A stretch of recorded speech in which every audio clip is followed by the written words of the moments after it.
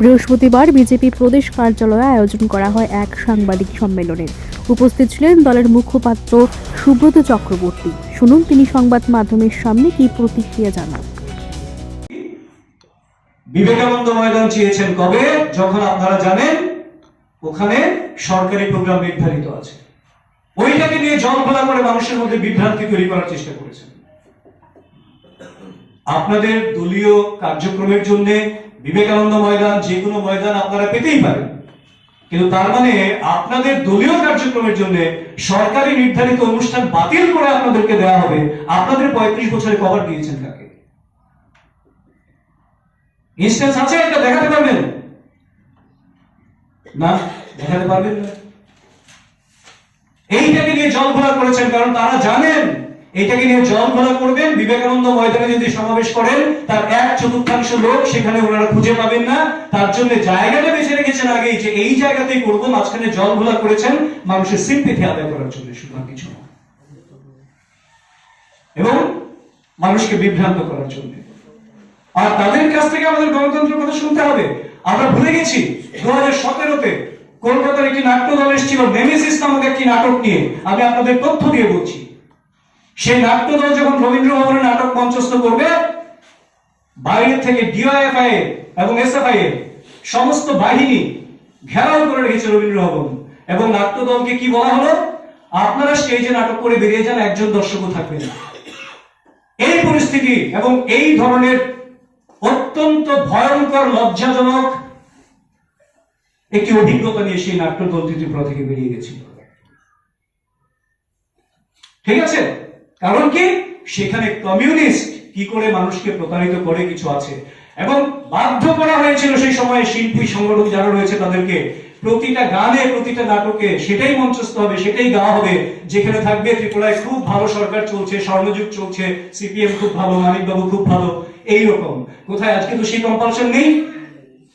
শিল্পী, সাহিত্যিক, বুদ্ধিজীবী যারা রয়েছেন তারা সবাই নিজের নিজের মতন করে নিজের নিজের ক্ষেত্রে কাজ করছেন, যার যার কাজের স্বীকৃতিও পাচ্ছেন, পুরস্কৃতও হচ্ছেন। আমাদের সরকারের মধ্যে তো সেই রকম উপমণ্ডুকতা কিংবা সেই ধরনের নেতিবাচক দৃষ্টিভঙ্গি নিয়ে সরকার চলছে না। কারণ সরকার যখন হয় সেটা জনগণের সরকার হয়, দলের সরকার হয় না। এটা ভারতীয় জনতা পার্টির সরকার ভালো করে জানে।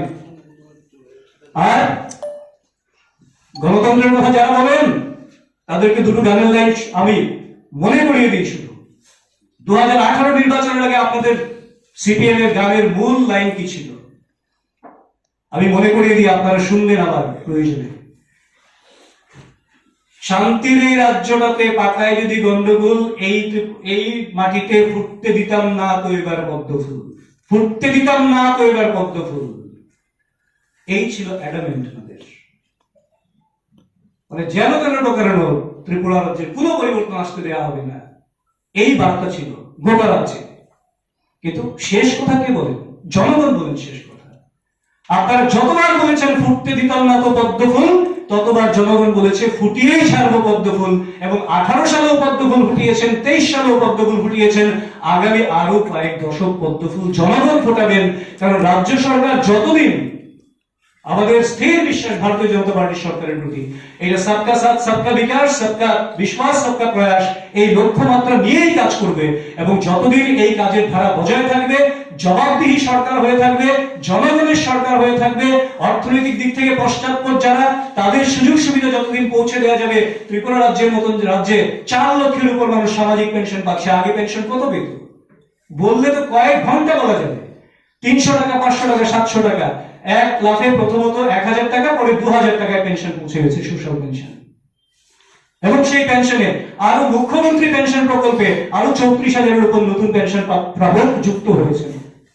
কাজে সামাজিক পেনশন থেকে শুরু করে একদিকে খাদ্য, এই বন্যার পর 10 কেজি করে চাল ফ্রি দেওয়া হচ্ছে। কোথায় সেই বিষয়গুলি নজরে পড়ে না? খাদ্য নেই, কাজ নেই বলে যারা চিৎকার করেন, কোথায় খাদ্যের অভাব, কাজের অভাব। আবার আগ বাড়িয়ে এটাও বলেন সন্তানও নাকি বিক্রি হয়। আমি জানি না কি করে বলেন। ওই যে বললাম, অন্ধ ধৃতরাষ্ট্র অন্ধকারে এক বৃত্ত থেকে বেরিয়ে আসতে পারছেন না, এক ঘ্যান ঘ্যান করেই চলেছেন দিনের পর দিন।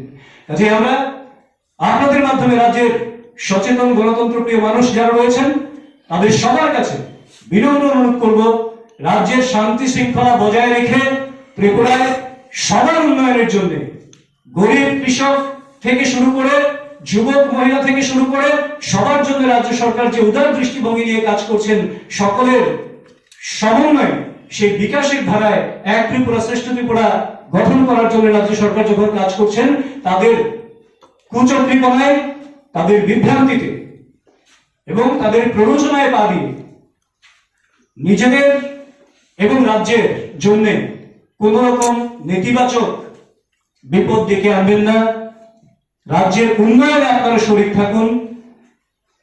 যেখানে রাজ্য সরকারের ভুল হলে সেটা বলবেন, অবশ্যই বলবেন, কিন্তু তাদের প্ররোচনায় পা দিয়ে রাজ্যের উন্নয়নের প্রতিবন্ধকতা সৃষ্টি করার যে প্রয়াস, তার থেকে আপনারা নিজেরা সচেতন থাকুন, সাবধান থাকুন।